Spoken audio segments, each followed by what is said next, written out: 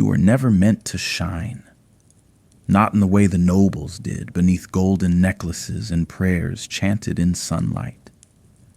No, your path was carved in shadows, soaked in the stillness of stone chambers and the thick, breathless air where the dead begin their slow conversation with eternity.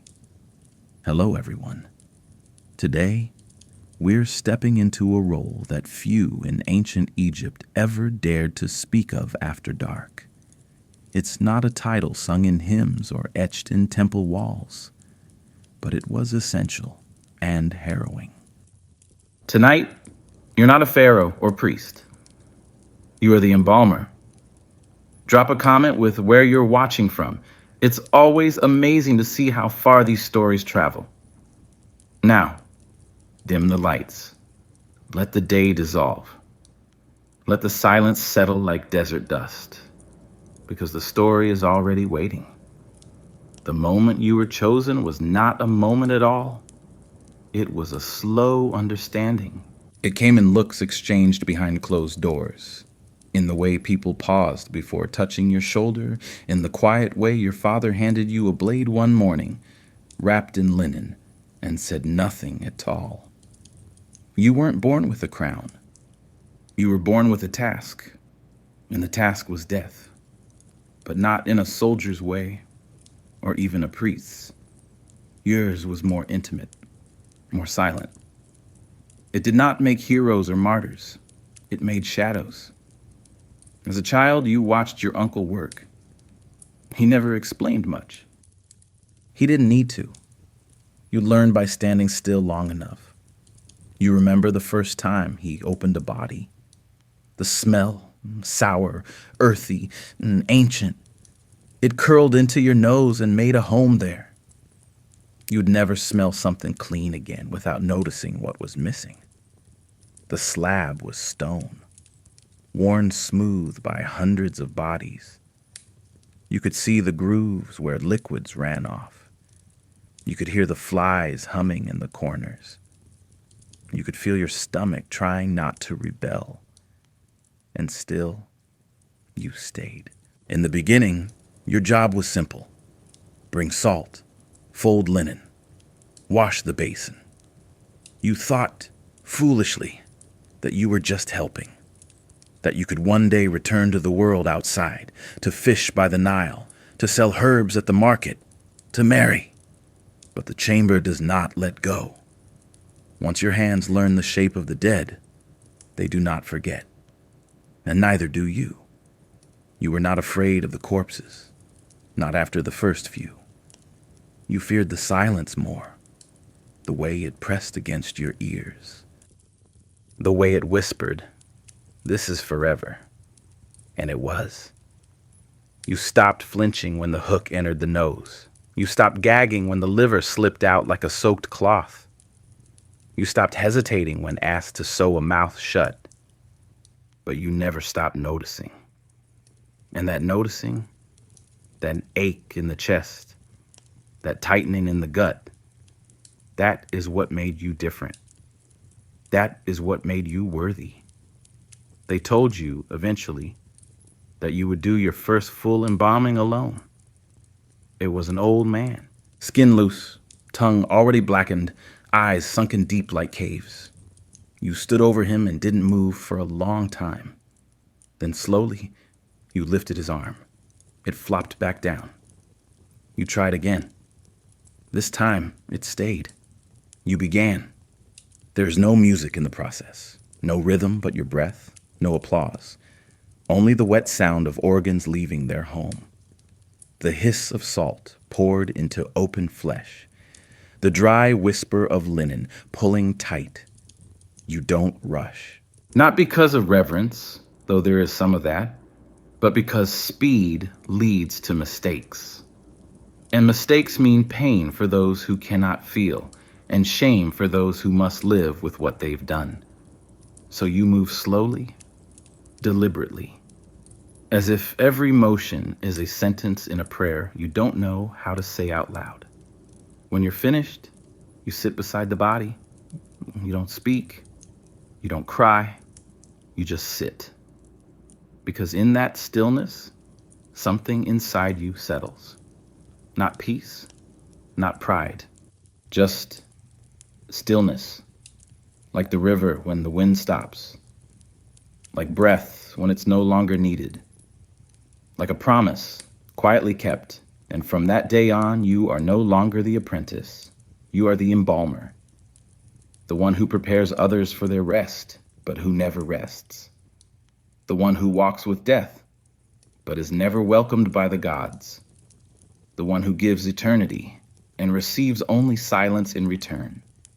The scent of your chamber greets you before the light does. It's a complex perfume, if you could call it that, layered and shifting. You could blindfold yourself, step into this place, and know the exact day of a body's transformation just by the air. There's the dry edge of natron, the sharp sweetness of pine resin, the bitter cling of vinegar and wine. But beneath all that, always, is the rot. Controlled, slowed, managed, but never gone. You live with it, like one lives with a shadow. The chamber is quiet, but never still. Stone walls press in like the inside of a sarcophagus. There are no windows, just slits for smoke to escape. The ceiling is low enough that tall men stoop. The floor is swept clean each morning, but stained deep from years of work. Nothing here is new. Not the slabs, not the tools, not you. The bodies arrive at dawn, wrapped in cloth or laid on stretchers. Some are prepared by grieving hands. Others arrive alone. You never ask who they were. You don't need to. The preparation tent, years ago, was full of noise. Men shouting, novices fumbling with linen, your master grumbling. But now, the space feels different, slower. You've shaped it around your habits. You light the oil lamp. You hang your herbs. You open the jars. Each movement is part of a rhythm only you follow, a kind of dance performed in near darkness, witnessed only by the dead. You learned early that breath was a luxury. Your first week in the chamber, you retched more than you worked. The human body, especially after 3 days in the sun, does not surrender easily. The skin can split like old cloth. The belly can bloat, ballooning with the gases of things no longer alive. One time, a body had burst in the night. You found it in the morning, and for the first time, you truly understood what it meant to be overcome. You didn't flee, but something inside you stepped back. Something human. You cover your nose sometimes. Other times you chew herbs, bite your tongue, or simply endure. But you never stop. Because your work isn't just physical, it's spiritual. And in a strange, unspoken way, it's beautiful. The brain is a ritual in itself. You reach for the hook, a thin metal rod, slightly curved. Your fingers find the point. You slide it through the nostril, angle upward, and feel for the plate of bone. It cracks, always, with a dry snap. Then comes the stirring. You move slowly, methodically, breaking the soft brain apart, swirling it like soup. Then you tilt the head downward and let it drain. Sometimes it oozes. Sometimes it bubbles. Sometimes it refuses to come. And you wait. The brain is not sacred. That's what the priests say. They say it is the heart that matters, the seat of memory, morality, soul. And yet, you've seen the face of the dead change when the brain is removed. Not in a scientific way, you wouldn't call it that, but in presence, as if the body finally lets go, as if, without the mind, the flesh surrenders. You wash the skull with wine. You pack it with linen, sometimes resin, to maintain its shape. And then you move on, because the body's still full of memories you must remove. Each organ is different. The stomach is soft, pliable, filled with things you can't name. The liver is dense, dark, oddly heavy. The lungs are fragile, like sponges soaked in shadow. The intestines are endless. You lift them out with practiced grace, careful not to spill, careful not to tear. You cleanse them, pack them, wrap them, and then place each into its jar, guarded by gods with heads of beasts and eyes that never blink. Some say the embalmer is a butcher. You disagree. You are a gardener, tending to something already fading, encouraging it to bloom once more, not in this life, but in the one to come. And when the work is done, or this part of it, at least, you sit. You drink water warmed by the sun. You roll your shoulders, stretch your fingers, press your spine against the cool wall, and you listen to nothing. Because in the chamber, even silence has weight. You close your eyes. You breathe in. Salt, oil, death. You breathe out. And wait for the next body. Because there is always another. And because no one else knows how to do what you do. Not like this. Not with care. Not with sorrow shaped into ritual. Not with hands that remember the shape of every soul they've touched. The hook is in your hand again. By now, it feels as natural as your own fingers. You know its weight, its balance, the exact pressure it takes to crack bone without shattering it. You could perform the movement in your sleep, and sometimes you think you have. But today, something is different. The body before you is young, too young. She lies still, wrapped in the fine linen of a well-off family. Her arms are thin. Her hair still smells faintly of flowers. You hesitate for a moment. Not out of fear. Fear left you years ago, but out of a kind of sorrow that never quite leaves. You think of her mother, standing outside the chamber, clutching a pendant or a piece of cloth, or maybe just her own arms. You think of the stories this girl will never tell. You exhale and begin. You make the incision on the left side, always the left. Superstition? Maybe. Tradition? Absolutely. You don't question it anymore. You've learned that even the smallest rituals carry weight, and that breaking them is never worth the risk. Not of punishment, but of regret. The blade slides through skin. You open the body slowly, carefully. Inside, everything is as it should be. Organs nestled in place, blood stilled. You begin the removal. Liver first. You cradle it like something living. Then lungs. Then intestines. Then stomach. Each is rinsed with palm wine, packed in natron, wrapped in linen, and set aside. Each is a memory being gently erased. You've done this 1,000 times, and yet it never feels routine. There's a reverence in your movements, not because the body demands it, but because something inside you does. A need to honor what's left, a need to make sure the end is not ugly, that the story closes with grace. The heart, though, the heart is complicated.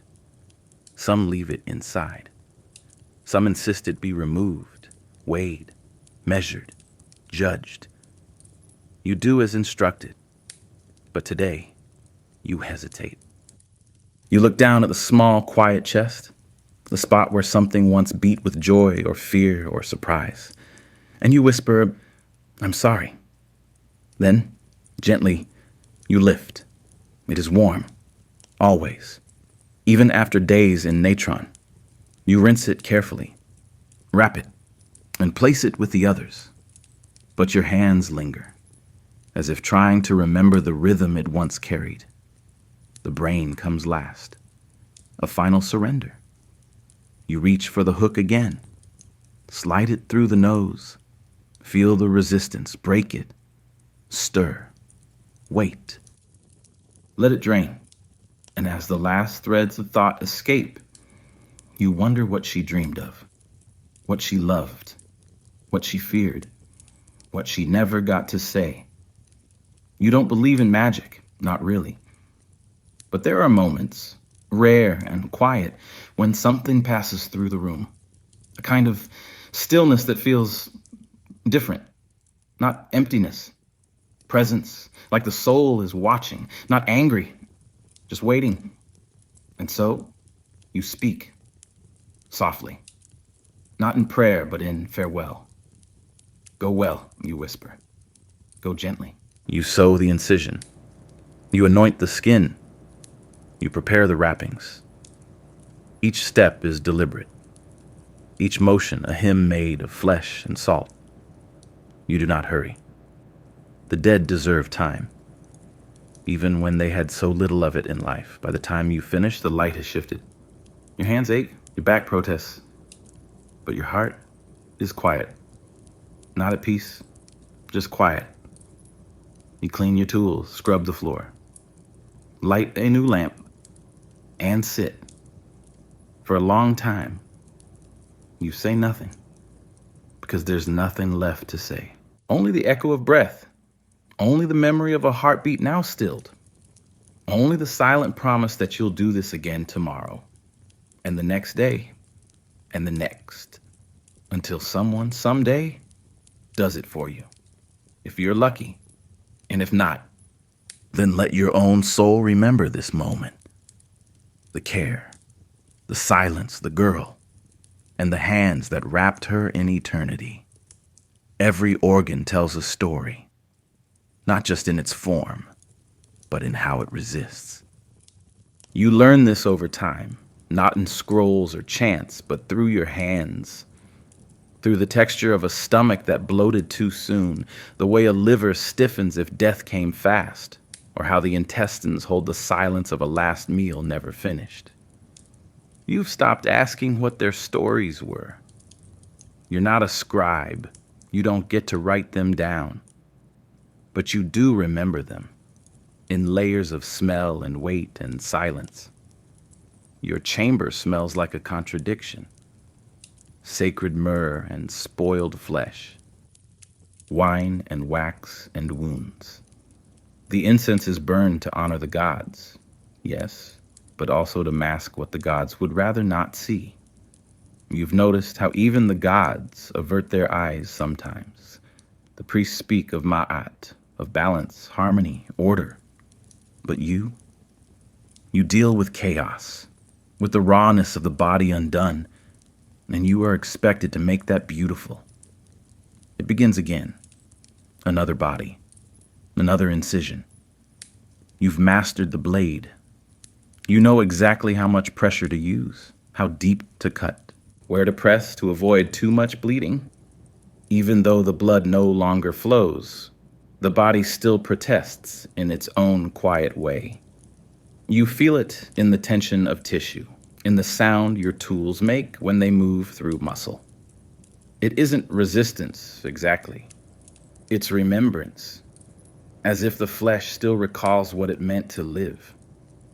You remove the stomach, soft, sloshing, unpredictable. Some embalmers rush this step. You never do. A spill here can ruin everything. You've learned to cup it in both hands, lift it out like something sacred, because it is. Each organ you remove was once part of a rhythm. Each one held hope, pain, hunger, love. Each one mattered. You rinse the stomach with wine, as always. You pat it dry. You wrap it in linen. Then you whisper. Not a prayer, just a thought. Thank you. The intestines take time. So long. So winding. You've measured some longer than the men they came from. You work carefully, slowly, coiling them into neat loops, washing them, wrapping them. You feel their story in every turn, what they held, what they released, what they absorbed from the world, and what they gave back. You treat them with more reverence than most gave them in life, because no part of the body deserves to be discarded in haste. Next, the liver. Dense, rich, a dark red even in death. You wonder how many fears it filtered, how many toxins it bore so someone else could keep breathing a little longer. You feel its wear, you honor its labor, and then you let it go. Finally, the lungs, soft, fragile. You hold them like a mother holds an infant, carefully, as if the slightest pressure might break them. Sometimes they still carry the scent of the world, dust, smoke, sand. You inhale just once through your mouth to feel the echo of their last breath, and then, gently, you release them. Each organ finds its jar. You place them with care. You name the gods as you do. Imseti, Hapi, Tuamutef. Kebesanuef, not just guardians, but witnesses. You seal each lid. You say nothing more. Not every body gets all this. Some arrive already ruined, others too poor to afford the full rite. In those cases, you improvise. Stones for organs, resin-soaked cloth to fill what's missing. You do your best, because even those forgotten by the world deserve dignity in death, especially them.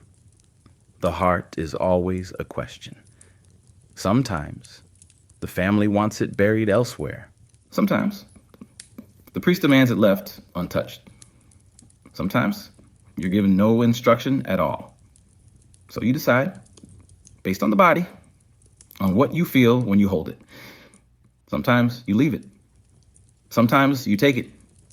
Sometimes you craft a replica from wax and prayers. You never tell anyone. It's your secret. One of many. You sew the body closed, pressing the skin together like the final pages of a book. You smooth it, wash it, prepare it, and then you pause, because now the body is empty. And yet somehow more full than before. Full of your hands, your care, your effort, your ache. The room is quiet again. The slab is clean. The organs are safe. And you? You light another lamp and whisper thanks to no one in particular, because the gods are busy and the dead don't answer. But the ritual is listening, and that is enough. Time is not your friend here. It's not the great sweeping eternity that the priests speak of, with golden fields and perfect balance. No. In your chamber, time is measured in hours, in rot, in whether the tongue turns black before you've sealed the mouth. Decay does not wait for you to rest, and so you don't. The moment a body enters your care, the clock starts ticking. You don't wear a sundial. You don't glance at the horizon. You watch the signs instead. The color of the skin, the stiffness of the limbs, the scent of the air, when it begins to thicken with something sour and soft. You know what each stage means. You know how quickly it can turn. And you know how easy it is to be too late. The first sign is always the same, a warmth where there should be none. The belly begins to swell, the fingers stiffen, curl inward like they're holding something invisible. The mouth opens. The body shifts. It becomes heavier in a strange way, not in weight, but in presence, like it resists your touch, like it resents the interruption. So you move, quickly, but never rushed. Speed invites error. And you cannot afford errors. You've learned how to prioritize. Natron first. Before any wrapping, before any resin, before any prayers, salt must enter every wound, every hollow, every memory of moisture. You pack it in, under the ribs, in the skull, between the legs. You pour it like dry snow over the skin. You rub it into the scalp. You whisper apologies as you do, even if no one hears. Some bodies fight harder than others. You once worked on a merchant who had been left in the sun too long. By the time he arrived, his skin peeled like parchment. The air around him buzzed with flies and heat. You should have turned him away. You didn't. You spent 6 days bathing him in wine, scraping rot from under his nails, stitching what couldn't be sealed. In the end, he looked like a man again. Not perfect, but human. His family never thanked you. You didn't expect them to. But you remember his face. Still, there are nights you dream of the clock, not a real one, but a feeling, a tension in your chest, a pressure behind your eyes, like you're always one step too slow. You wake up breathless. You check your hands. You listen for flies. Just in case. Your tools become extensions of this rhythm. You sharpen your blades not daily, but after every third body, unless the heat rises. Then, more often.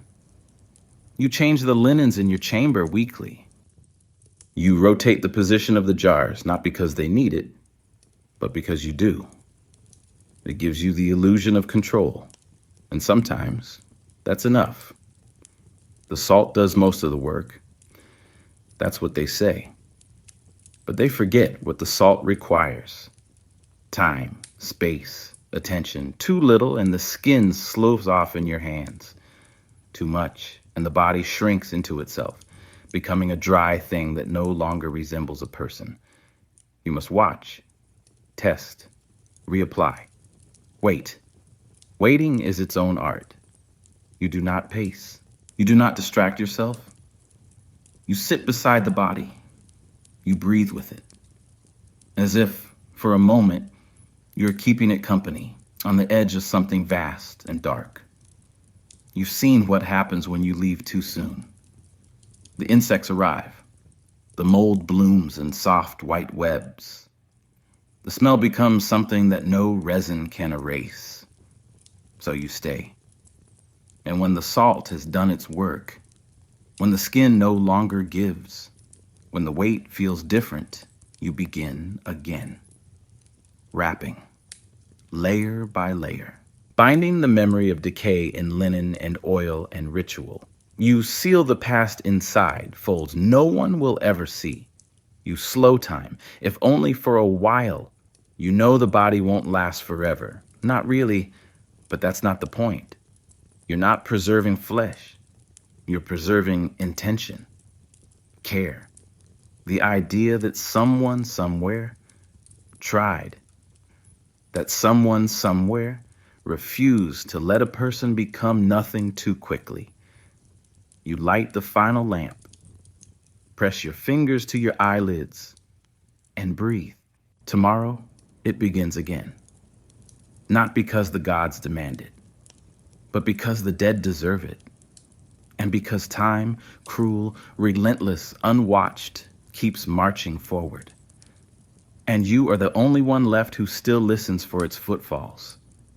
The eyes are the first to leave. Not literally, they remain in their sockets, glassy, sunken, opaque, but they stop seeing.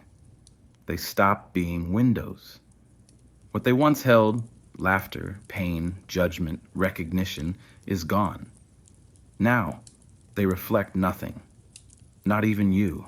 And still, you look into them, because someone should. The art of closing a face is a quiet one. You begin with the eyelids. If they are soft enough, you press them gently down. If not, you pack behind them rolls of linen, soaked in fragrant oils, shaped just enough to suggest peace. Some embalmers use resin, others stitch. You prefer the subtle ways. No one should see the seams of your work. They should see only stillness. The mouth is harder. It opens, always, after a day or two. The muscles loosen, the jaw releases, the tension of life fades. Sometimes it opens in a grimace, sometimes a smile. You've learned not to take it personally. You pack the cheeks with linen, just enough to fill the hollows. You press the lips shut with resin, or wax, or fingers. Sometimes you whisper, "Rest now. Shh. There's nothing left to say.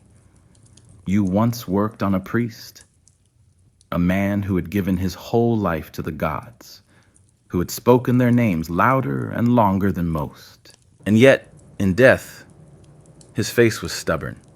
His mouth would not close. It gaped open, teeth bared, tongue bloated. You tried everything. In the end, you had to bind it shut. He looked less like a priest, more like a child mid-tantrum. You wrapped him anyway, silently. The nose is sometimes rebuilt. If broken during the process of removing the brain, and it often is, you reshape it with wax or insert reeds to support the structure. No one thanks you for this. No one knows. But when the family sees the body, when they say, "He looks just like he's sleeping," you feel something soften inside you. Not pride, not even relief. Just a small warmth, like a coal that never fully goes out. You clean the skin, oils, resins, sometimes perfumes if the family provided them. You rub the arms, the chest, the scalp. The body, once gray and brittle, begins to gleam faintly. You smooth the eyebrows. You tuck the hair. You press the feet together. These are not grand gestures, but they are the last kindnesses the flesh will receive. And that matters. You've been told you make the dead look beautiful. You don't. You make them look gentle, as if death came not as a thief, but as a lover. Soft, unavoidable, familiar. You smooth over the violence, not to hide it, to forgive it. There's a rhythm to it now, one you rarely speak of. Lift the arm, tuck the shoulder, cross the hands, align the jaw, close the eyes, wrap the feet, layer upon layer, like petals of a flower that never bloomed and never will.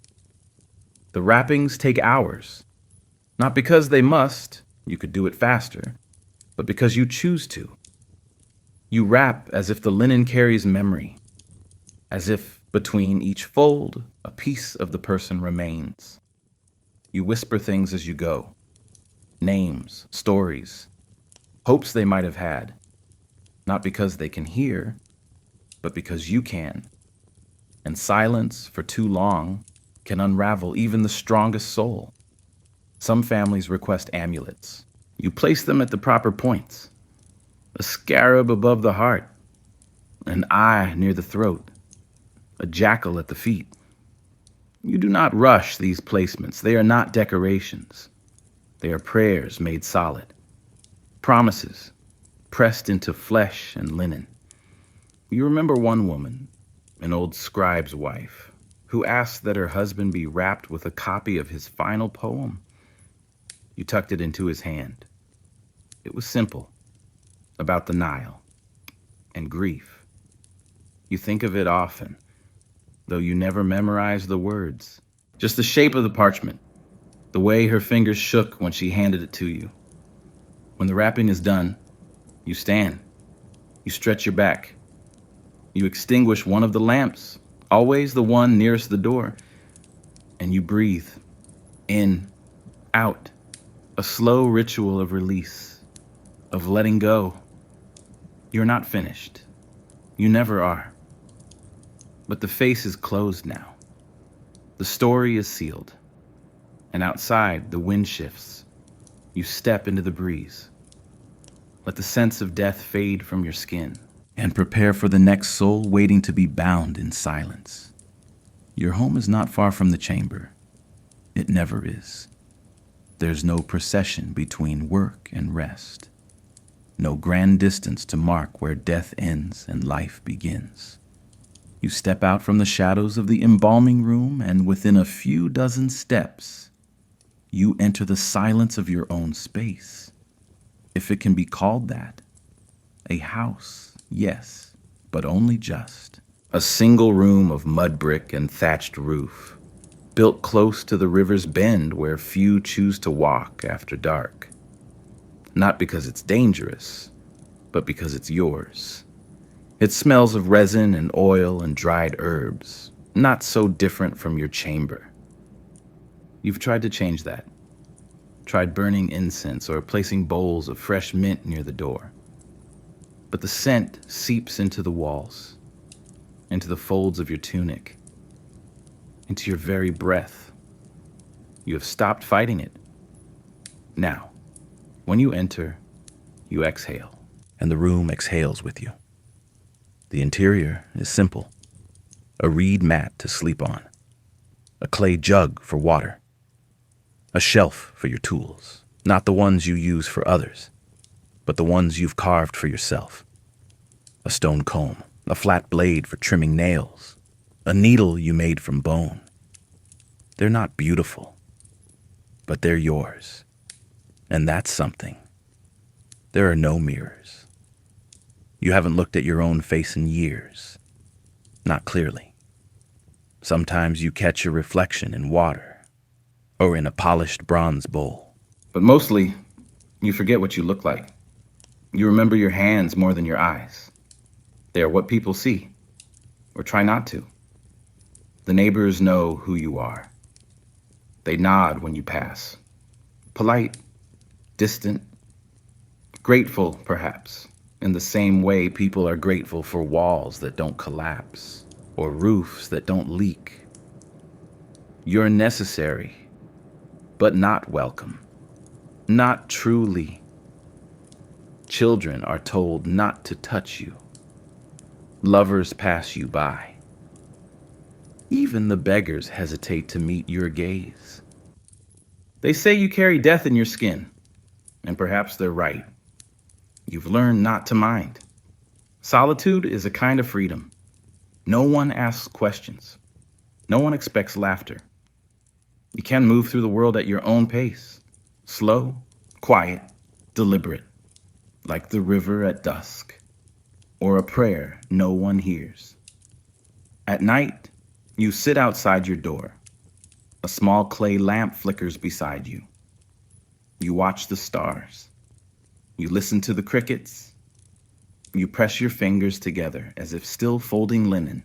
Sometimes you hum. Not a song, just a sound, soft and low, like the wind brushing through papyrus reeds. A sound that belongs only to the night and to you. Sleep comes when it will. Some nights, it drapes itself over you like a friend. Other nights, it stays just out of reach, hovering beyond the edge of your mat, watching, waiting. On those nights, you remember the faces. Not the whole bodies, never that. Just the faces. The ones who smiled, even in death. The ones who looked afraid. The ones who reminded you of someone, or of yourself. You don't speak aloud often. Sometimes days pass without your voice rising above a whisper. It's not sadness. It's not sickness. It's simply the way of things. When your work is silence, your rest becomes the echo. You used to dream of other lives. A potter maybe, a fisherman, a father. But the dreams faded. Now you dream of cool stone under your knees, of salt beneath your nails, of linen sliding over skin, and of a hand, once, brushing yours, still warm. Just once, just long enough to make you pause. Your food is simple. Bread, olives, sometimes dried fish. You eat slowly, and chewing becomes a ritual. It reminds you that you are still here, still alive, still warm. There are nights when the air is thick, and you lie awake, listening to nothing. And that nothing wraps around you like the linen you've placed on others. Tight, comforting, absolute. You don't resist it. You don't fear it. You simply wait, because tomorrow someone will knock, or cry, or call your name without saying it, and you will rise and walk the short distance from your home to your chamber and begin again. They speak of you when you're not there. Always have. At the market, your name passes in whispers, not malicious, but uncertain. You're not feared, exactly. Nor are you loved. You're something in between. A necessity people would rather not need. A presence too close to death for comfort. And yet, when the moment comes, they come to you. Always. The city needs you, but it doesn't know what to do with you. The priests nod politely, never warmly. Their robes smell of incense, untouched by blood or rot. They speak of purity, of sacred rituals, but they never step foot into your chamber, never see what purity costs. They perform the ceremony. You perform the work. And when the soul reaches the afterlife, it remembers your hands, not theirs. The merchants bring their dead to you at night, as if doing so in daylight might tarnish their gold. They arrive in silence, wrapped in cloth, eyes low, hands shaking. They mutter words about faith and duty, but you hear what they don't say. They're afraid, not of the dead, of becoming the dead, and of you, the one who sees what happens next. No one speaks of your birthright, of how this role was given, not chosen. How your family line was marked generations ago, not by honor, but by usefulness. Someone had to do the work. Someone had to touch what others feared. And so, it became yours. Quiet inheritance, passed from hand to hand like a worn blade, never sharp, always necessary. You remember being a child in the square. The other boys wouldn't play with you. They ran, laughing, shouting, chasing one another. You watched, then turned away. Your toys were different. Reeds shaped into hooks, scraps of linen, clay jars with faces you carved yourself. You didn't mind. Solitude taught you to listen, and that listening became your craft. Now, when you walk through town, people step aside, not dramatically, just a little. Enough to remind you, enough to keep the space between you and the world wide enough to echo. You no longer attend festivals. You tried, once. Dressed in clean linen, hands washed, hair tied neatly. You stood at the edge of the celebration, watching the dancers, listening to the drums. No one greeted you. No one offered food. Even the wine bearer turned away. So you left, walked back through the silent streets, past the river, into your chamber, and lit a lamp. Just one, for yourself. But they come all the same, when their loved ones die, when the priests cannot help, when the temples close their gates and the river runs cold. They knock on your door, eyes wide, voices shaking. They place the body before you and say, "Please." And you nod. You don't ask for payment first. You don't ask for names. You simply begin, because death does not wait. And neither do you. You've touched the rich, the powerful, the forgotten. You've treated them all the same, because in the chamber there is no hierarchy, only flesh and silence and salt. Once, a man spat near your feet, called you unclean, said you trafficked in darkness. 2 days later, his brother died, and he came to you. He didn't speak.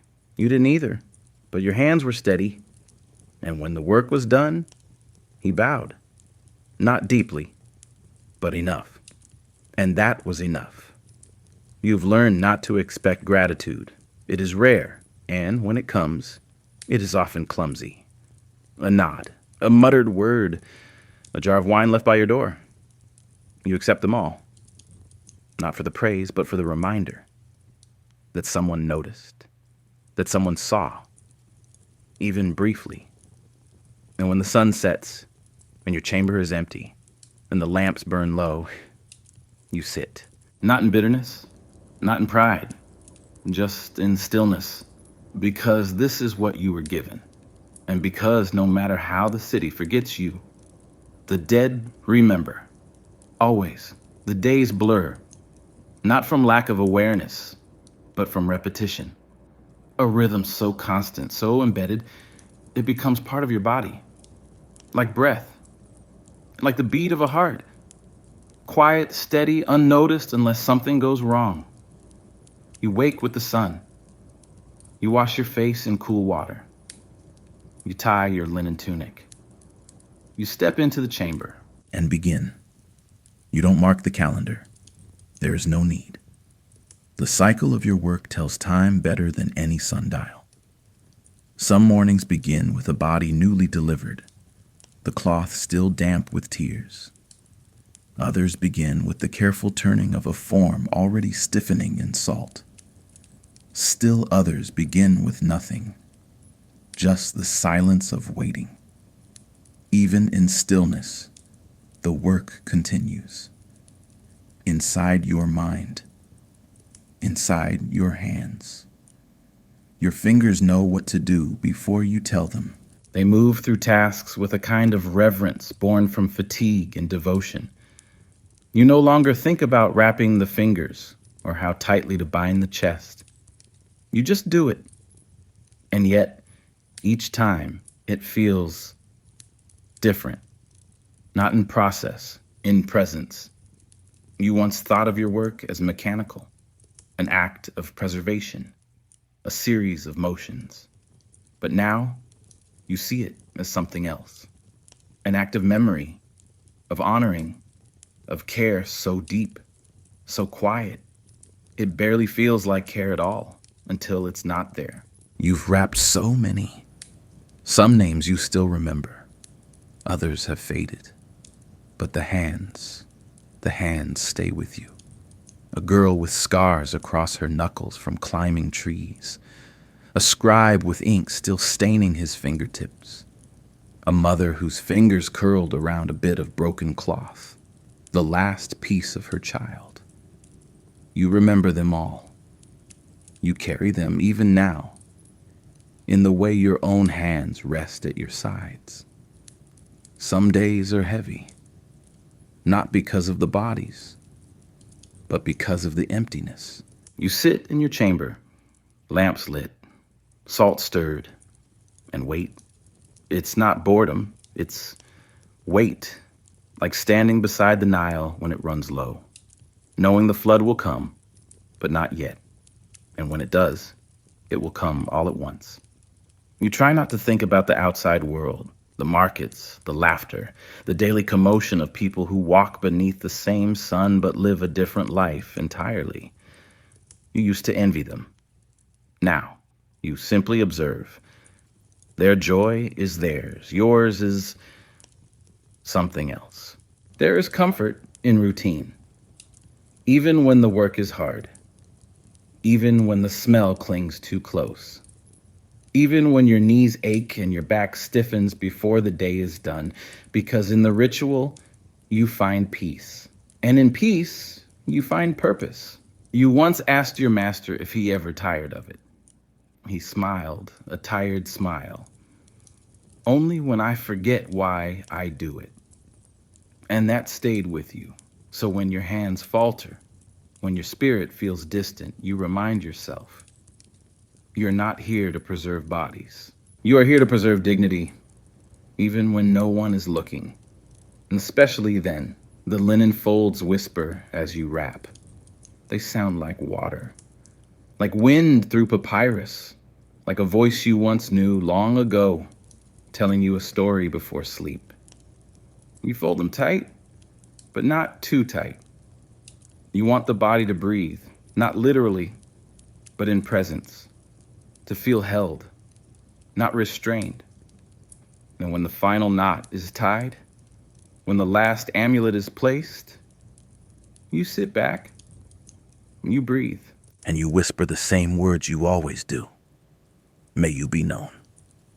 Because even if the world forgets them, even if no monument is raised, even if their name is never spoken again, you knew them. And that, somehow, feels like enough.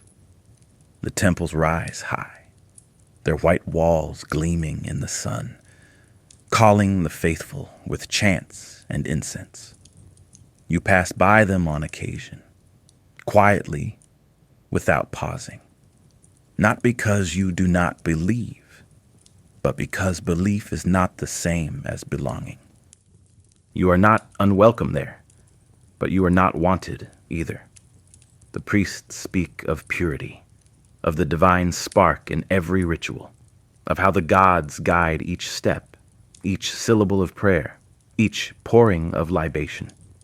They do not speak of blood or decay, or the way flesh softens and surrenders before the soul is even gone. That part, your part, is left unspoken. You've been to the outer court of the great temple only once. You stood at the edge, hands clean, robe white, heart steady. And yet, the moment the head priest saw you, he turned. He did not raise his voice, but his eyes said what his lips did not. Not here. You nodded, turned away, and never returned. Your worship is different. It happens in silence, in motion, in salt and linen and care. You know the names of the gods, not just from scrolls, but from experience. You've whispered them beside the dying, murmured them while packing wounds, sung them under your breath while sealing jars. You don't need an altar to be heard, just a body and your hands. There's a jar in your home, simple, undecorated, made of clay. Inside is a charm you carved yourself, a scarab, rough around the edges. You hold it when the weight of your work grows too heavy. Not for luck, for memory of who you were before all this began.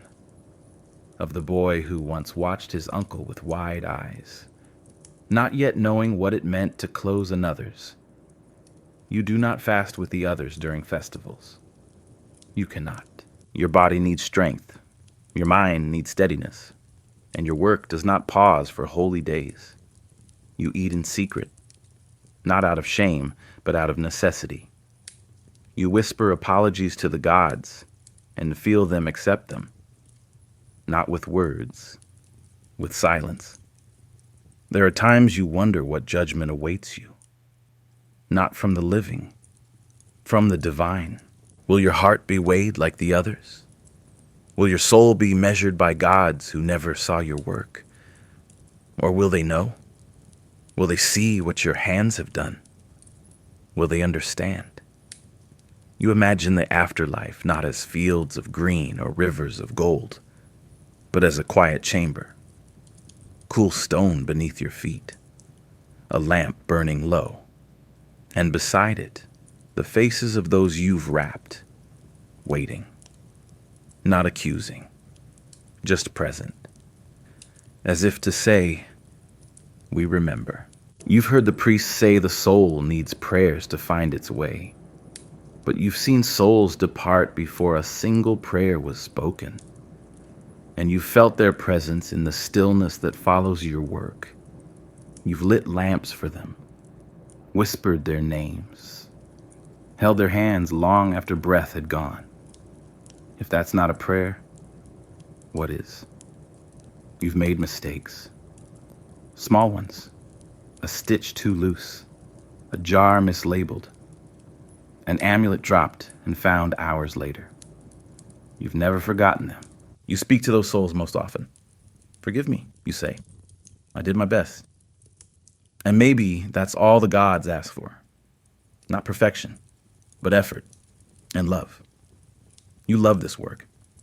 Not because it brings praise, not because it brings peace, but because it feels right, true, like something the world forgot, and you were born to remember. You're not a priest. You're not pure. You're not praised. But you are faithful. And in that faith, rough, silent, unseen, you find yourself again and again and again. They say the dead can't look at you, that once the soul leaves, the body forgets how to see, that the eyes, if they're still open, reflect nothing but the ceiling, the sky, the cloth above the face. And yet, you felt it. That moment when you pause over a face and think, they see me, not with sight, with memory. It happens most when you're alone, when the lamps burn low and the air is heavy with oil and incense, when your tools lie still and your fingers rest gently on a brow you've just smoothed. In that hush, you meet their gaze, eyes closed, mouth silent, but something in the air knows. You remember the first time it truly startled you. A young man, a hunter from the eastern desert. His face was calm, his skin still warm from the journey. You had just begun to wrap the arms when you felt it. A pressure, not on your body, but in the room, like someone leaning in close, watching, judging. No, just present. You paused, met the stillness, then continued. But you never forgot that feeling. You've learned that faces carry echoes, not of speech, but of life. The way the brow furrows slightly, even after death. The faint creases near the mouth, laughter, worry, habit, the lines carved by sun, or time, or grief. You read them the way scribes read papyrus, with care, with reverence, with curiosity. Some faces whisper, not in words, in presence. A merchant who frowned even in death, did he fight it?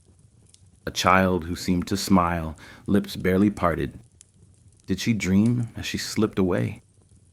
An old woman whose face bore no trace of fear. Was she ready? You never ask. You just listen. There was one face you'll never forget. A man of status, clearly wealthy. Gold rings, fine linens, jars inscribed with names of high officials. But his face, hard, tight, bitter. You wrapped him carefully, but the expression stayed. Even after oils, after massage, after resin, it stayed. And when you placed the mask over his features, it felt like covering a lie. Then there was the opposite. A simple farmer, no jewelry, no fanfare. But as you worked, you noticed his lips. They curled slightly at the corners. Not a grin, not mockery, just peace. And when you finished, when his face was sealed and his hands crossed, the room felt lighter, as if he'd already passed through judgment and been welcomed.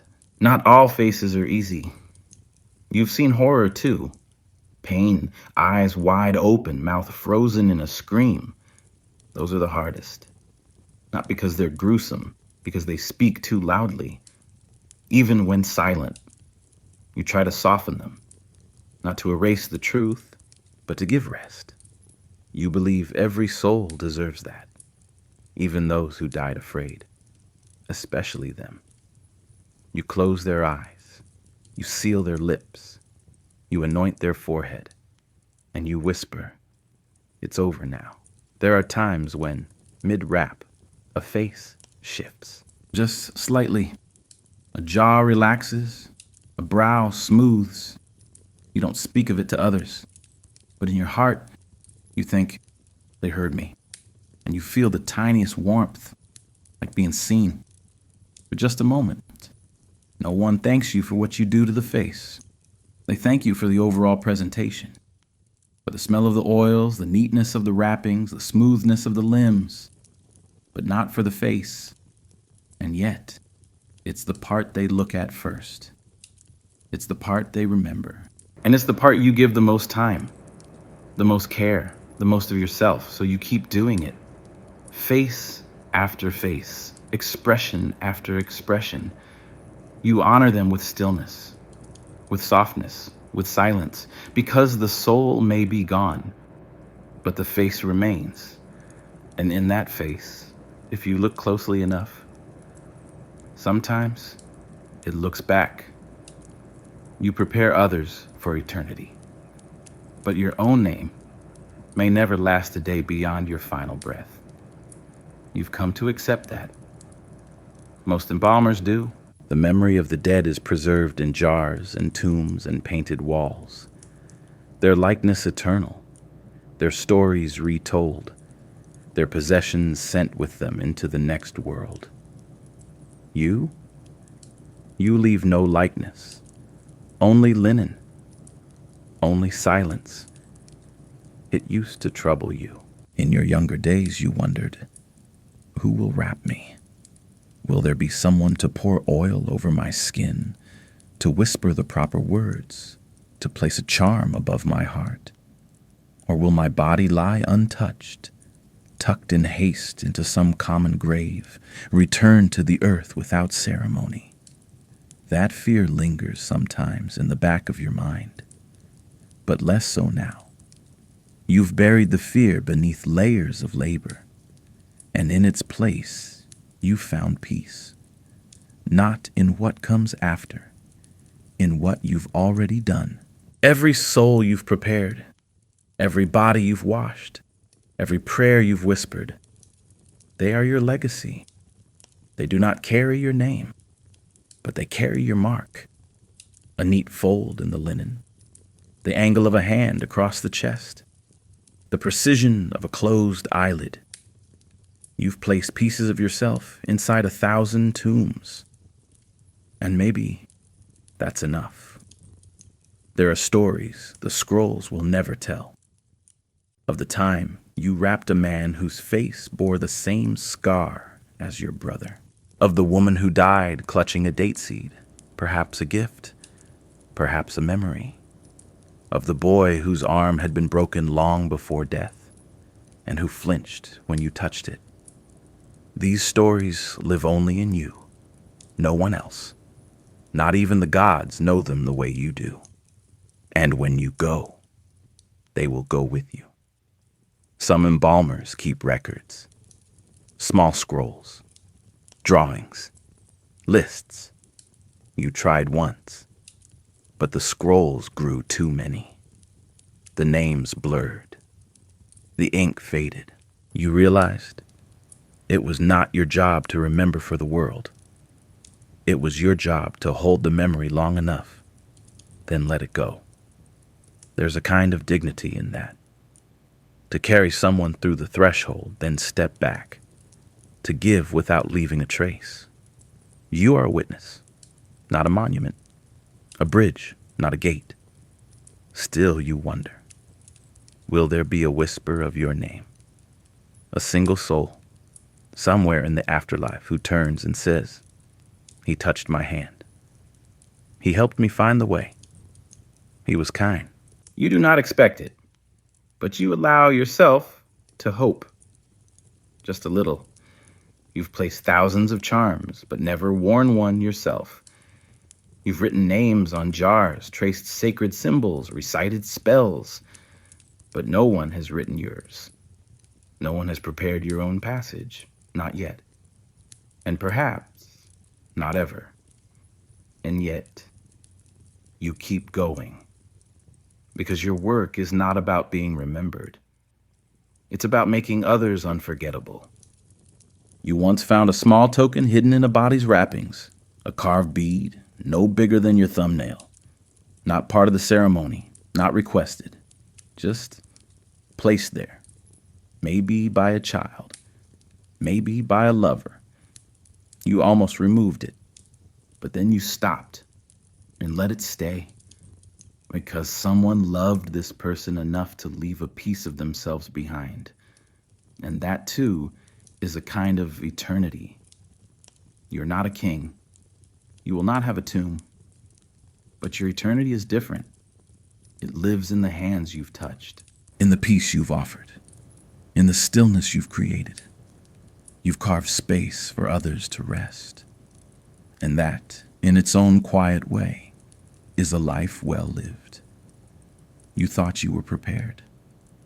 After years of binding strangers, of sealing mouths and closing eyes, of whispering farewells to those whose stories you never knew, you thought there was nothing left that could shake your hands.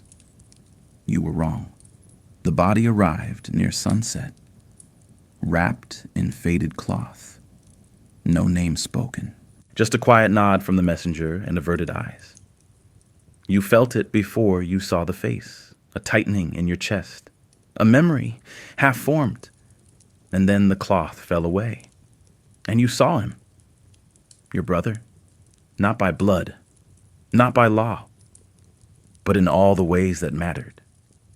He had been your shadow in childhood, your echo, the one who made you laugh when the silence of your home became too much, the one who taught you to fish, to climb, to lie without guilt and love without shame.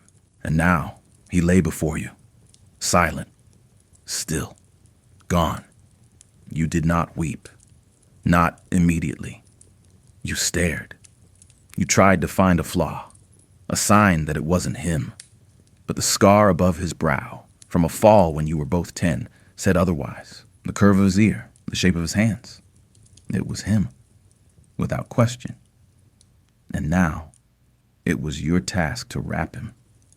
You sat beside the body for a long time, longer than usual. Not because you didn't know what to do, because you did. Every step, every fold, every breath. But because, for the first time in years, you didn't want to do it. When you moved, it was mechanical. Your hands guided by ritual, your breath shallow. You began with the cleansing, warm water, gentle cloth.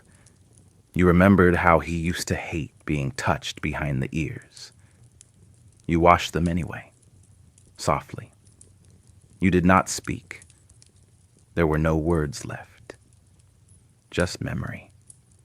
The way he used to sing off-key when he was nervous.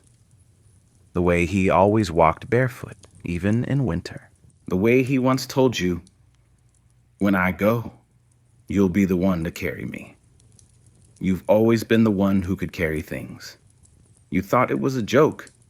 Now, it felt like prophecy. You removed the organs carefully, even though your vision blurred. Even though your hands trembled, you whispered his name with each one. Liver, lungs, intestines, stomach. You held his heart longer than usual.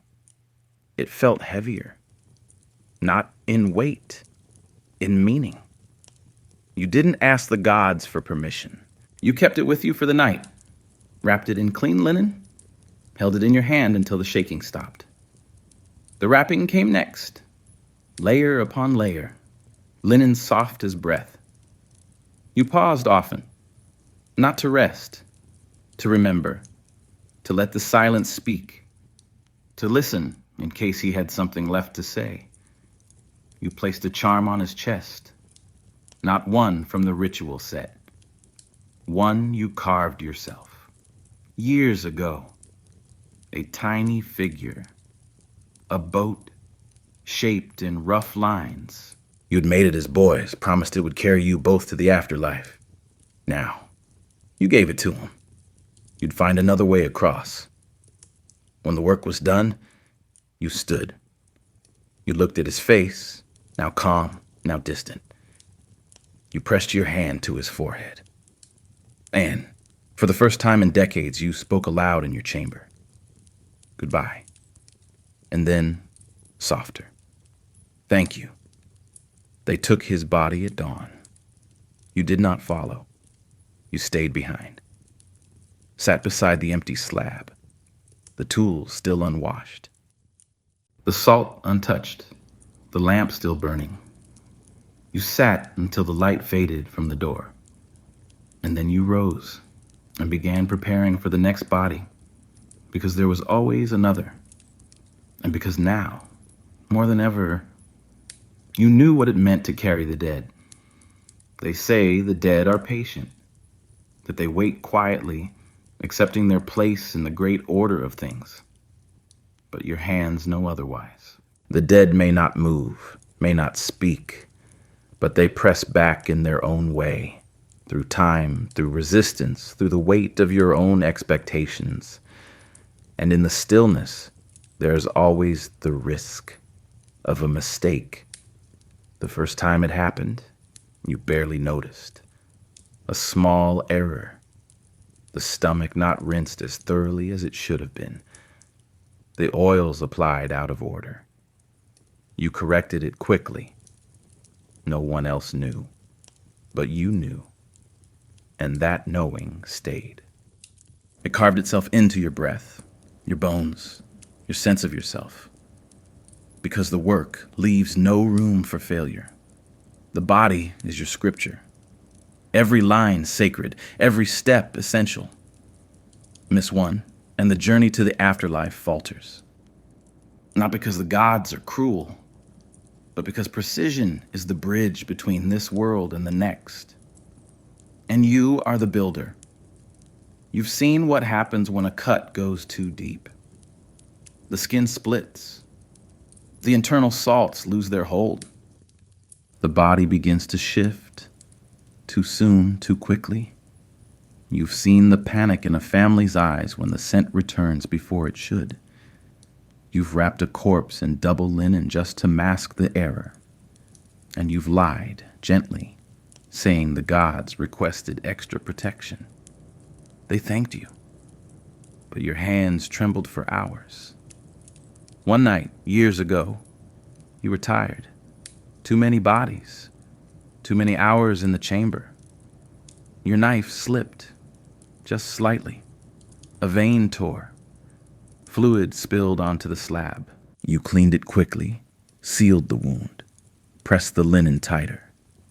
But the shame, it lingered. For days. You don't tell your apprentices about these moments. Not at first. You teach them the order, the rhythm, the calm. But one day, when you see the fear in their eyes after their first slip, you sit beside them.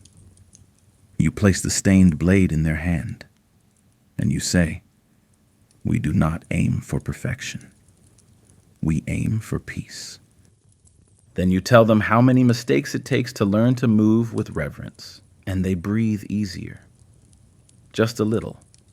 Some errors you catch in time, others you carry. Not because they ruin the work, but because they remind you that you are not divine. You are only flesh tending to flesh, and flesh is fragile. You've developed rituals to avoid them. You sharpen your tools at the same hour every day. You check your jars 3 times before sealing them. You whisper the names of the gods as you tie each knot. Not because you think they're listening, because you are. And the rhythm keeps your hands steady. But some mistakes are not in the hands.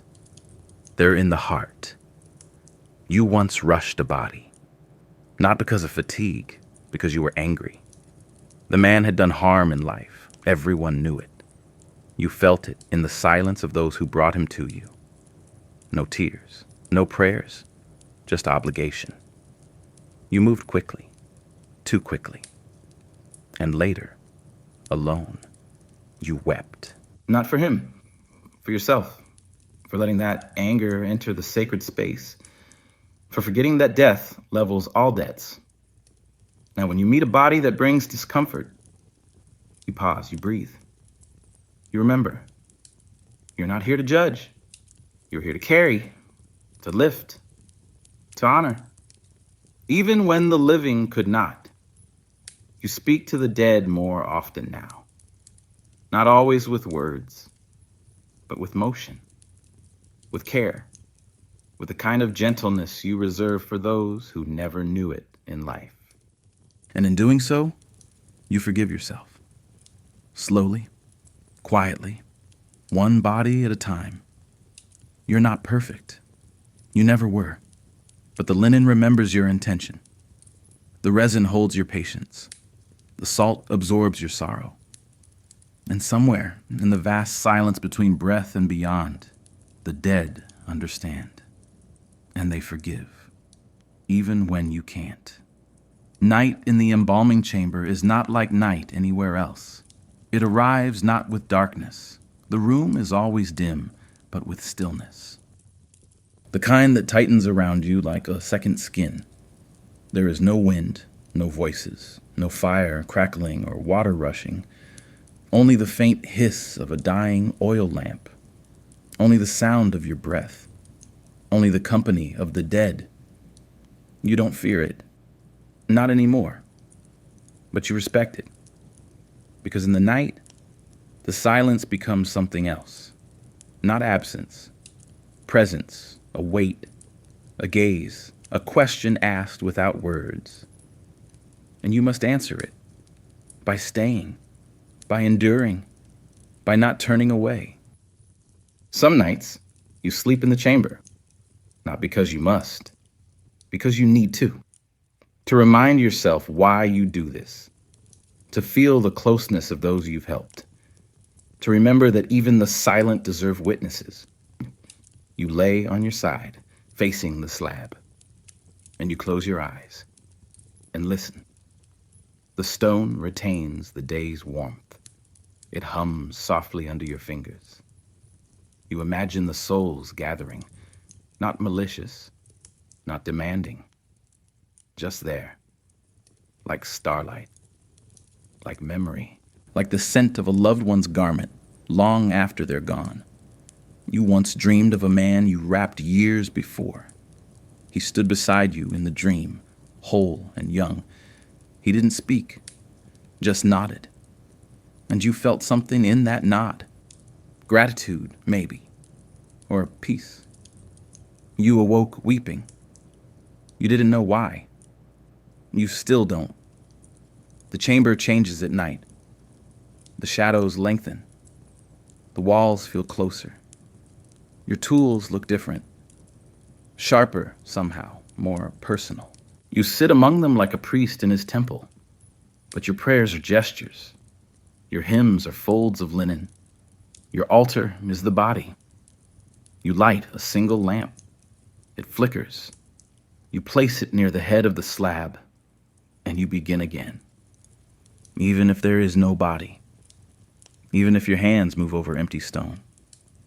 You rehearse the motions, the cuts, the washes, the wrapping. Not because you forgot, because you need to remember. Memory is fragile, like dried papyrus. It can crumble if not held carefully. So you hold it, each night, one story at a time. You once asked your master what the chamber looked like when he was young. He said, exactly the same, only my hands were steadier. You didn't understand then.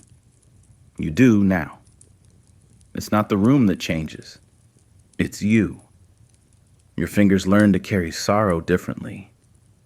Your eyes learn to see silence with more clarity. Your heart hardens and softens at the same time. You've left small things behind over the years, a charm tucked behind a loose stone, a folded strip of cloth with your own name written on it, just once, a pebble smoothed by the river, pressed into the corner of the floor. You don't know why. You just needed to. Tiny anchors, pieces of yourself, not to be remembered, to stay present. When the dawn comes, and the birds begin their songs, and the first rays of light slip through the slits in the wall, you rise. You stretch your back. You pour water over your hands. And you prepare for the day's first arrival. Because night is for remembrance, but morning is for work. And the work continues. Always. The first body of the day is always different. Even if you've seen 1,000, even if your hands remember every step, there's always something, a gesture in the fingers, a tension in the jaw, a scar half hidden beneath cloth that reminds you this was someone, not just a form, not just a task, a life you never ask the family questions. It's not your place. They bring the body, eyes swollen, voices quiet. You nod, you gesture. They leave. But sometimes they say something at the threshold. He loved figs. She hated the dark. He believed in stars. You remember those. Not for the work. They don't change anything. But because they help you see. You begin, as always, with the eyes. Closed if possible. And helped if not. You press gently. You don't force. You let the lids fall as they will. If they resist, you fold linen. Support the silence. Make it gentle. The mouth follows. You clean the lips. You ease the jaw. You pack if needed. You shape with oils. Not to make beautiful, to make calm. The wash is next. You use water warmed by the sun. A cloth of soft weave. You cleanse the arms, the legs, the back. You cleanse not as a servant, not as a doctor, as a guardian. A midwife for the soul leaving the body. You speak sometimes. Soft phrases, not ritual, remembrance. This part bore your burdens. This hand held a child. These eyes saw the Nile. You do not expect answers, but you speak anyway. You remove the organs with care. Fingers light, blade steady. Each one is touched, clean, salted. Each one held for a moment before placed in its jar. You don't rush. The body has given enough. It deserves your time. You inspect every inch. Wounds hidden beneath tunics. Bruises no one else will see. You find them all. Not to judge, to witness. To say, I saw this. And to make it right if you can. The wrapping begins with the feet. You bind the toes together. You wrap the ankles. You move upward, slow, rhythmic, like winding a story in reverse. Each layer tells less, until all is silence and peace. You pause at the chest. You place the charm. Not always the same one. Sometimes a scarab, sometimes a symbol, sometimes a folded prayer, written by a child's hand, shaky and smeared. You don't read them. You don't need to. They speak without being opened. The arms cross the chest. The linen seals the secrets. You brush the final fold. You straighten the head. You place the mask, if one is given. If not, you leave the face bare. Not for display, for truth. You once buried a poet. His sister brought papyrus and asked if you could place it near his lips. He was always whispering poems, she said. You did. And when you wrapped him, it crinkled softly beneath the layers. You like to think he still whispers. Even now. You finish the work. You light the oil. You bow your head. Not deeply, just enough. Then you open the door and call for the family. They come. Some weep, some stare, some nod, some whisper thanks. You accept all responses. You ask for nothing. You bow again, and then you begin preparing for the next, because there is always another, and each one is the first again. Each one begins the ritual anew. Each one reminds you, this work is never finished, only continued. There are stories in every corner of your chamber.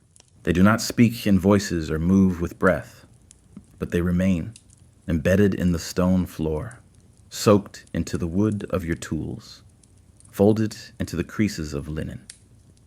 You do not write them down. You do not need to. They live inside you. And in the silence between one breath and the next, the walls have seen so much. Not just bodies, though there have been many. They've seen grief, yes, and reverence, but also fear. reluctance, moments when even you questioned what you were doing. Not because you doubted the right, because you doubted yourself. There was a time early in your work when a mother brought her child to you, no more than 5 years old. She didn't cry, not in front of you, but her hands clutched a bundle of herbs so tightly they bled. She placed them beside the body and whispered, "Keep her safe," and then left.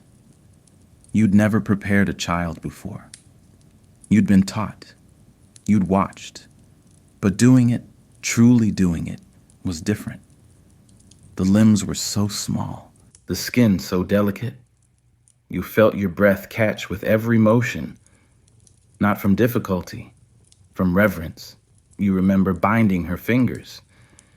They curled slightly as if still holding something. You didn't try to straighten them. You wrapped them as they were, as she was. You've never forgotten that child. You see her sometimes, not as a ghost, as a reminder of why you do this, of what care really means. The chamber holds many such echoes. A father who returned 3 times to say goodbye, each time more broken than the last. A woman who asked you to place a comb in her sister's hand. She never went anywhere without it. A man who insisted on watching the entire process, nodding quietly at each step, as if affirming his faith in you. You didn't speak to him once, and yet you felt more understood in those hours than in years. The tools tell stories too. Your oldest blade has a notch near the tip, a mistake from when you dropped it during your first solo work. You kept it anyway. Now, the notch helps guide your grip. You've tried newer blades, smoother, sharper, but you always return to this one. It fits your hand like memory. Your linens come from many places, some donated, some purchased, some brought by families, pre-cut and folded with trembling hands. You treat each piece as sacred, not because of what it's made of, because of what it will hold. There's a small crack in the eastern wall. You didn't notice it for years. Now, it's a companion. Light slips through it during sunset. Just a sliver, just enough to paint a line across your table. Sometimes you pause your work to watch it, the way the light touches the stone, the linen, your skin. It feels like a blessing, unspoken, unasked for, undeniable. The room is small, but it holds universes, each story bound in silence, each life folded in layers, each moment etched into your bones. You do not sing, but sometimes when the chamber is empty and the door is closed, you hum, low, steady, a sound that doesn't echo, it settles, into the stone, into the salt, into you. This place is not holy, not officially, but it is sacred, because you made it so, with patience, with pain, with love that asks for nothing in return. One day someone else will take your place. You don't know who or when, but you hope they'll listen, not just to the scrolls, but to the walls, to the tools, to the stories. And maybe when they stand where you stand now, they'll feel what you feel, that even in death there is beauty. Even in silence there's song. Even in sorrow there is peace. The final days of your life are quieter than you expected. Not because there is no work, bodies still arrive, grief still knocks on your door, but because you yourself have changed. Your hands, once so steady, now tremble slightly. Your knees ache with each step toward the chamber. Your breath is slower, but your mind remains sharp. Your eyes still see what others overlook. And your heart still listens. You knew this time would come. You've seen it arrive for others, swiftly, softly, with little fanfare. You've wrapped the bodies of fellow embalmers, mentors, friends. The silence of their passing taught you more than their words ever did. Now, that same silence sits beside you, patient, watching, waiting. You begin preparing, not out of fear, out of respect. You clean your tools with extra care. You organize the linens. You repair the lamp that flickers too often. You make the chamber ready, not for others, for yourself. You've written nothing down. No instructions, no rituals. Just a single piece of cloth, folded and placed in the hollow of the eastern wall. Inside it, your name, written once with care. Not to be remembered, to be spoken by whoever finds it, by whoever cares enough to read it aloud. You do not know who will wrap you, but you hope it's someone like you, someone who listens, someone who sees, someone who understands that this work, the sacred labor, is not about preservation. It's about presence. You spend more time sitting now, on the floor, beside the slab. Sometimes you rest your head on its edge. It's cool, solid, familiar, like the shoulder of a friend who never needed words. You speak to the dead more openly these days. Not loudly, just enough. You tell them things you never told the living. How lonely it was sometimes. How beautiful. How grateful you are. For every face, every hand, every silence shared. You do not expect a response, but sometimes the lamps flicker, and that is enough. There is one body left to wrap, your own. You've begun preparing the materials, not as a task, as a gift. You've chosen the linen carefully.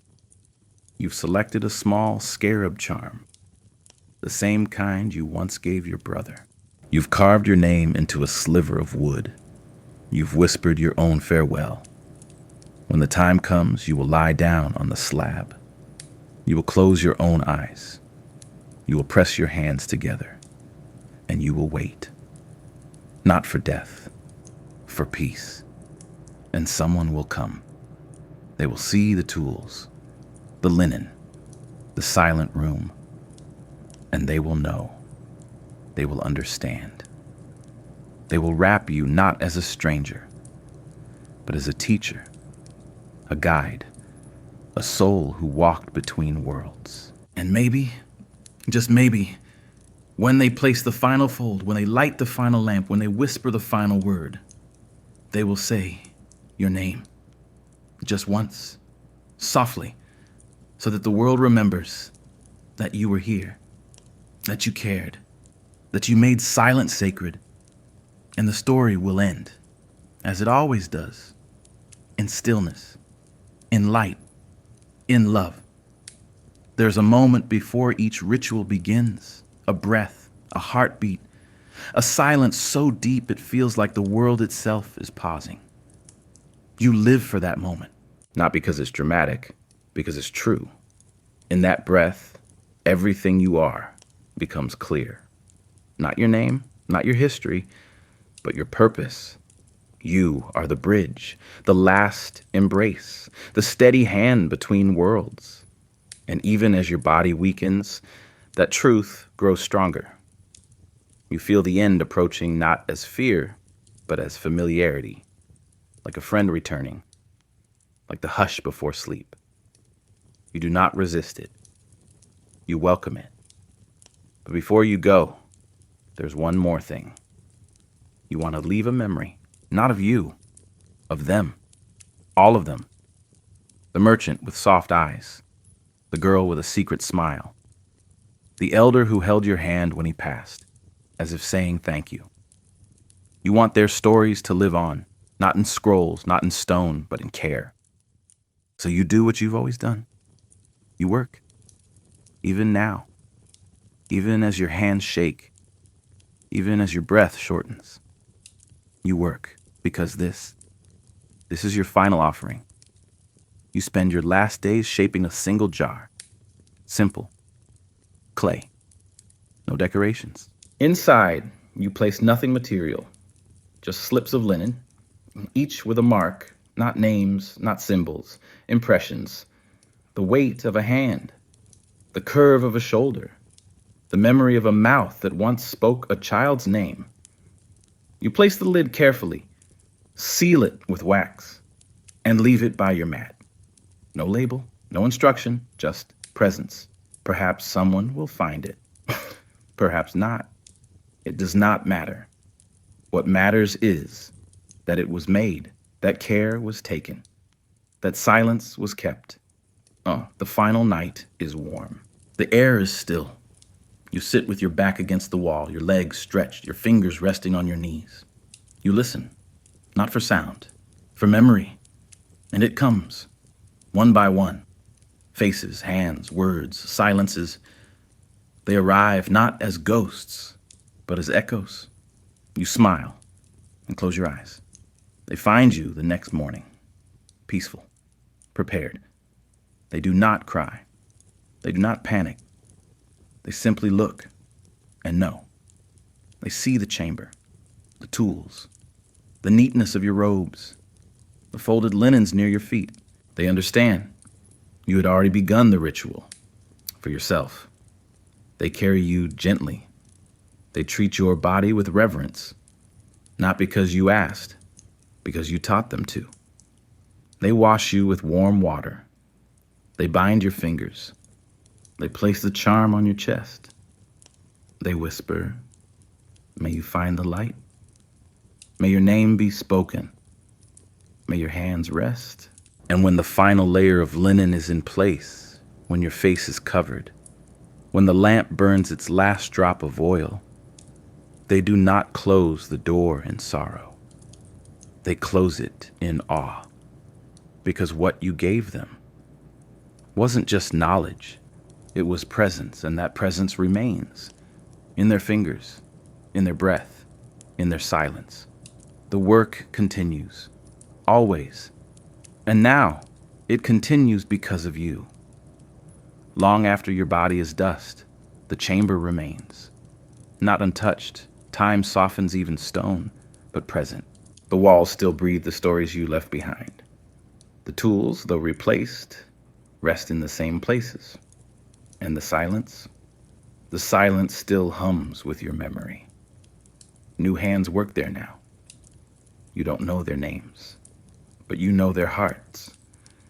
You train them without ever speaking, in every motion, in every act of care, in every breath held while folding linen over skin. They walk like you did, not hurried, not proud, but aware of what they carry, of who they serve, of why it matters.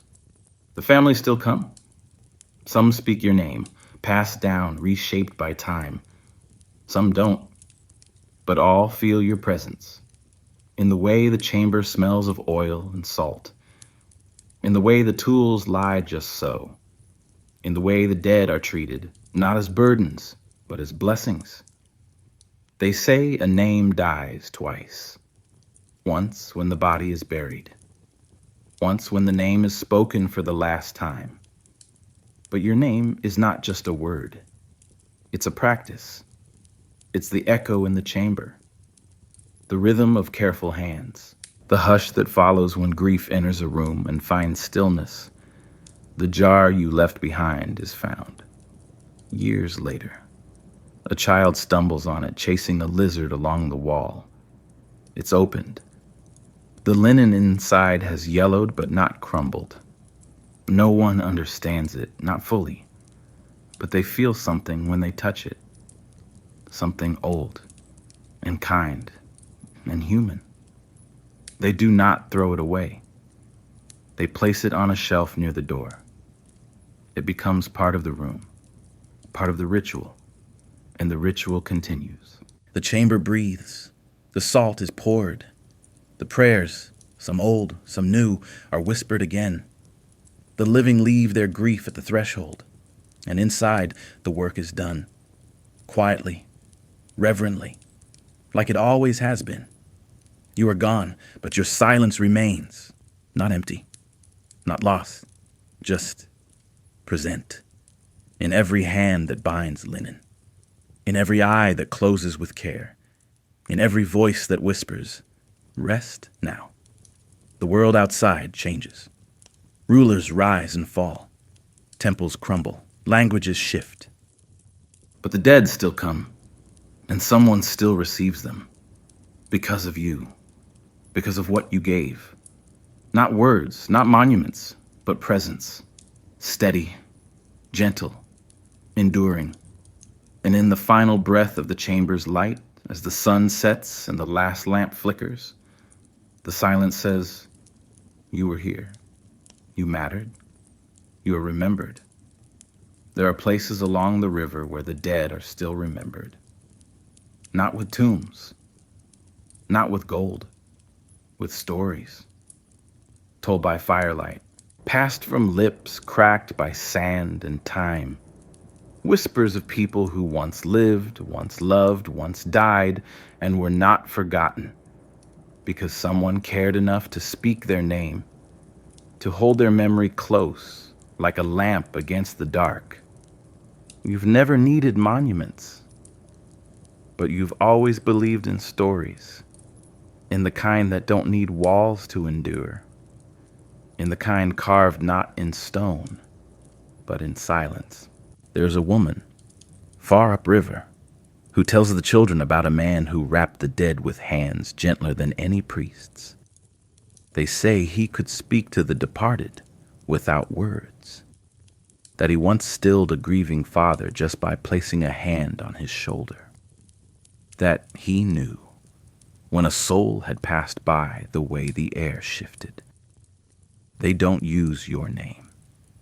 They call you O Guardián do Silencio, the one who waits between heartbeats, the one who closes eyes not with fear, but with grace. You never heard these stories yourself. You learned of them from a traveler, an old man who'd come to study your methods. He'd heard the tale on his journey. Didn't know it was about you until he stepped into your chamber and saw your hands. Now I understand, he said. Then he said nothing else for hours, just watched and listened. Stories like that live longer than flesh. They pass through generations. They twist and stretch as all stories do.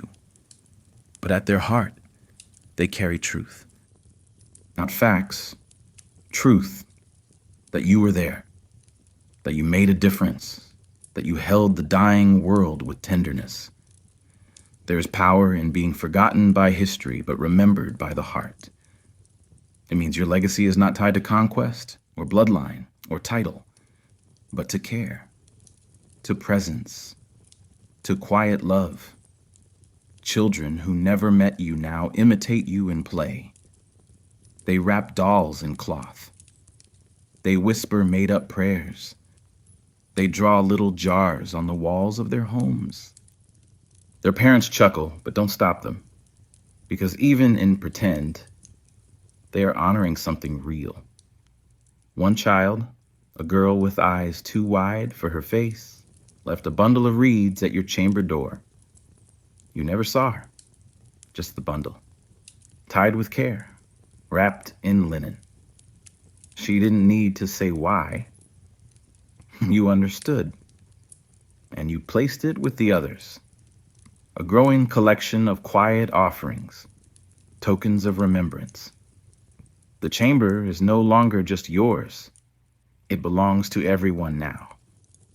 To the living who bring their sorrow, to the dead who find their peace, to the students who learn not just how to wrap a body, but how to hold it, and to the stories which echo in every corner. The room feels warmer now, not from fire, from memory, from the breath of 1,000 souls who passed through and lingered just long enough to be seen, just long enough to say, I was here. And now, because of you. They are. There is a rhythm to grief, A pulse that moves through the world, invisible yet unmistakable. It does not begin with the death. It begins with the silence that follows. And you, more than anyone, have learned to hear that silence, to feel its weight, to move through it like water. Families arrive holding more than the body. They bring confusion, regret, anger, sometimes relief, quiet and shameful. All of it wrapped tight beneath solemn faces. All of it laid silently at your feet. You do not judge them. Grief wears many masks. You've seen laughter at a funeral, tears long before a body arrives. You've seen people bring wine instead of offerings, just to have something to hold. You accept it all. You understand that mourning is not a ritual. It's a language, one that speaks in fragments. And your job is not to correct it, but to listen. There was a man who arrived with no body, just a cloak. He said his wife had drowned. They never found her, but he wanted her prepared. So you took the cloak, washed it, anointed it, wrapped it in layers as if it were skin. You placed a charm in its folds, lit a lamp, and sat with it through the night. Not for the woman, for the man, for the grief that needed form. You wrapped bones alone, bodies half eaten by jackals, burned by fire, carried from distant villages, broken by time and travel. Each one received the same care, not out of obligation, out of belief, that every form, no matter how broken, is still worthy of love. You've seen grief transform people. The silent child who returned a year later to help clean the slab.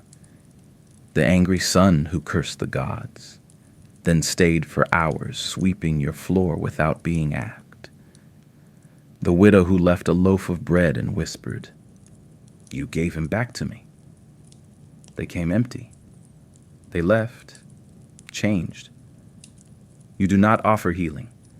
You offer space, a place where sorrow can rest, where memory is not questioned, where death is not enemy, but companion.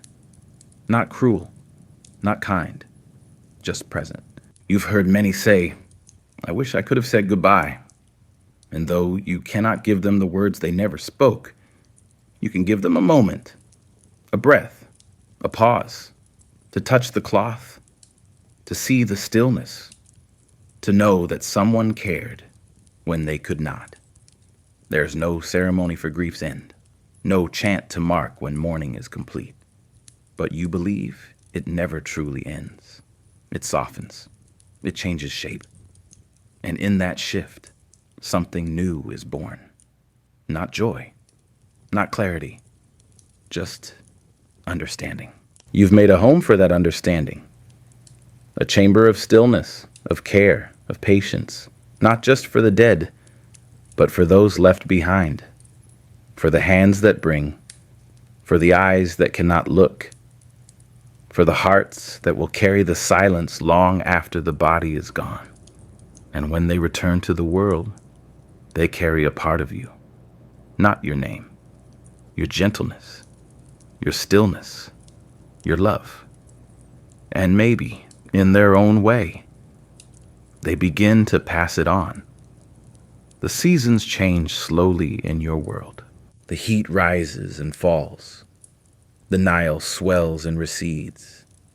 But inside your chamber, time flows differently.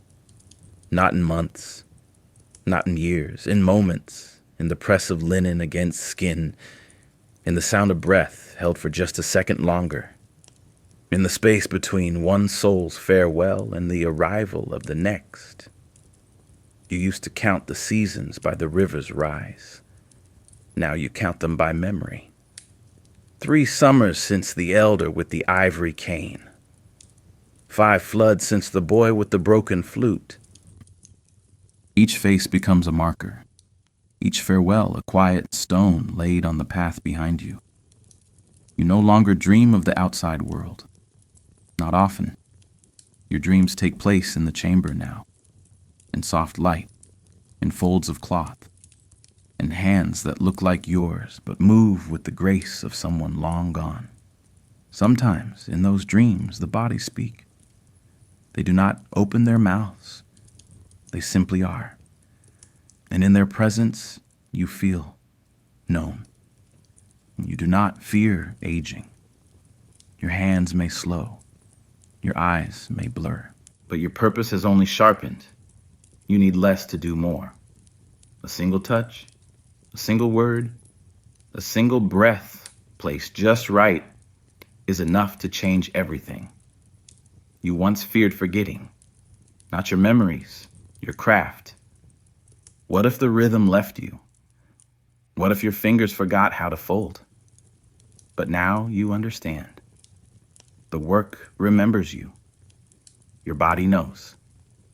Even when the mind is weary. Even when your heart is heavy. You step into the room and you remember. Without trying, you sit more often. Not because you're weak, because you've earned the pause. The right to be still. To watch. To reflect. To honor the work that came before. And the work still to come. You speak more often with your apprentices. Not with instruction. With stories. You tell them about the woman who asked to be buried with a fish scale. He gave it to me on our first walk. You tell them about the man who sang as he was dying and held it while you wrapped his body. They listen, wide-eyed, not for entertainment, for meaning. One day, you ask them, "Do you know why we wrap?" They answer with ritual, with words from scrolls, with phrases about preservation and purity. You shake your head. We wrap, you say, because everyone deserves to be held. One last time. They're silent. Then one of them cries, not loudly, not with shame, just a single tear. And you nod. They understand now. You've kept a small journal in recent years, not for others, for yourself. It holds only moments, not names, not dates, just sensations. Soft hair, smelled of smoke and jasmine, eyes that wouldn't close, a thumb rubbed raw from worry. It is your final offering, a book of presence. You will leave it behind, tucked where the wall meets the floor. Someone will find it, read it, and know not your name, but your heart. You are not fading. You are deepening. Becoming part of the stone, part of the salt, part of the silence, so that long after your body returns to dust, your care will remain, and the work will continue, not as repetition, as reverence. The chamber will remember you, and in that remembering, you will live, still, quietly, forever. The sun filters through the slits in the chamber wall, casting golden stripes across the floor.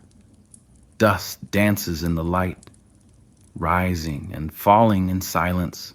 You've seen it 1,000 times, but today you pause to watch. Not because it's beautiful, because it feels like a memory. You walk the chamber slowly now, touching the edges of things.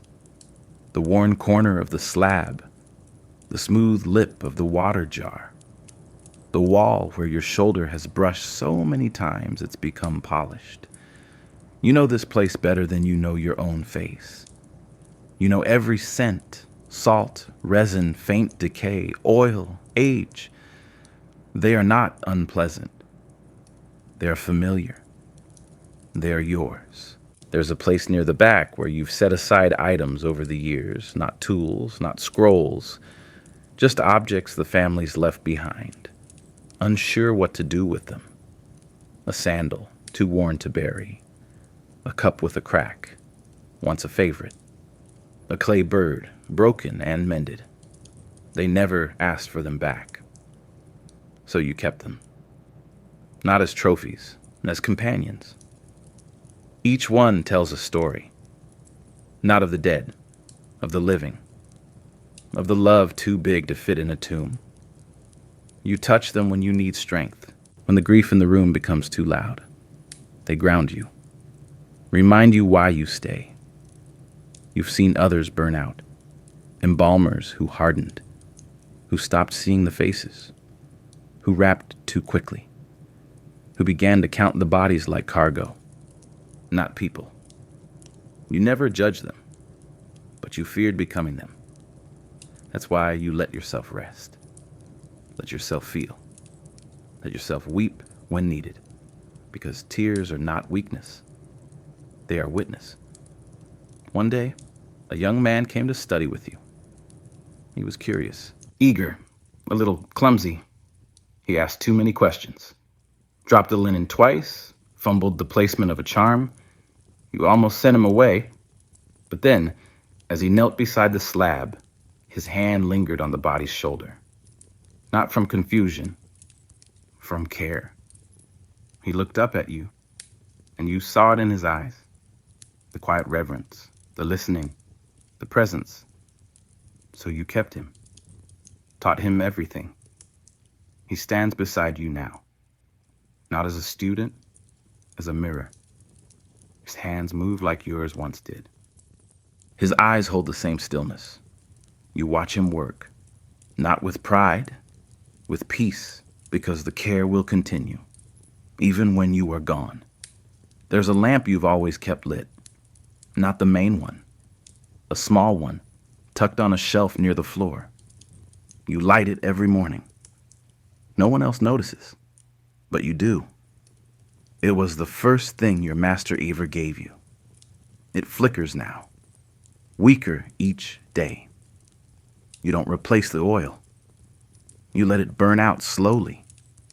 When it dies, you smile, because it lasted as long as it needed to. Like you.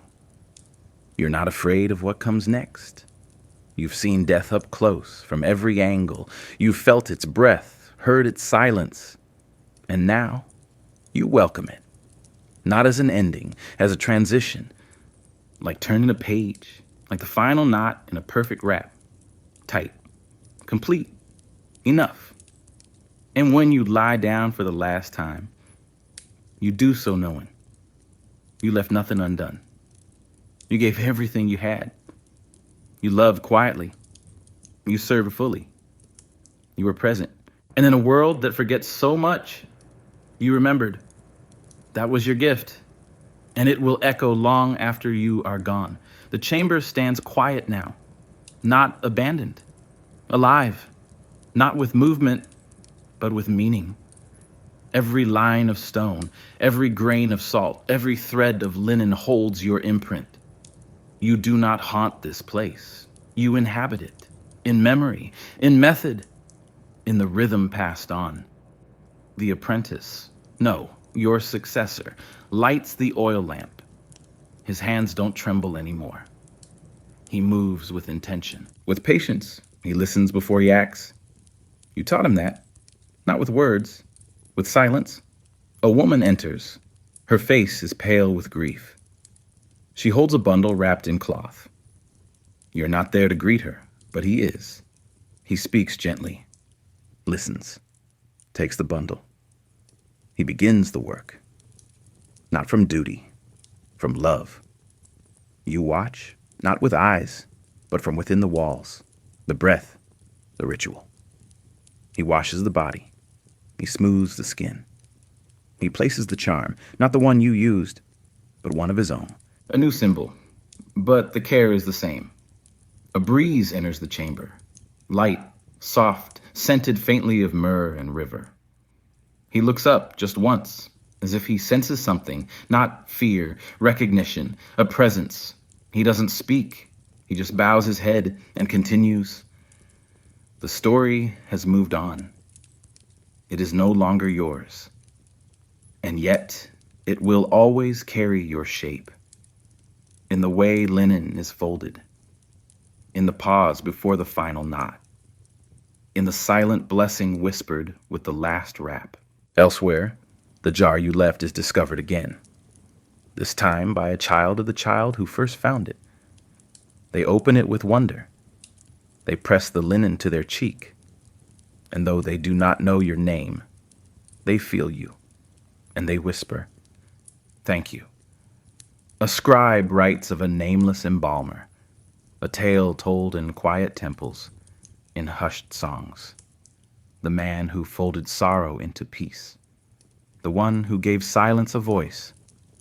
They never agree on the details, but the feeling remains. The chamber is cleaned. The lamp is lit. Another body arrives, and the work begins again, not as repetition, as continuity, like the river, always flowing, always changing, always returning. And now, as the story closes, you do not end. You become something more. The breath between rituals, the hush that fills a room before farewell, the memory of a hand, gentle and sure, folding cloth with love. This was never just a job, never just a role. It was your life, your gift, your truth, and now it is theirs. The world turns, the dead arrive, the chamber waits, and you're there, in every silence, in every touch, in every word unspoken, but deeply felt. You were the last embrace, and that is forever.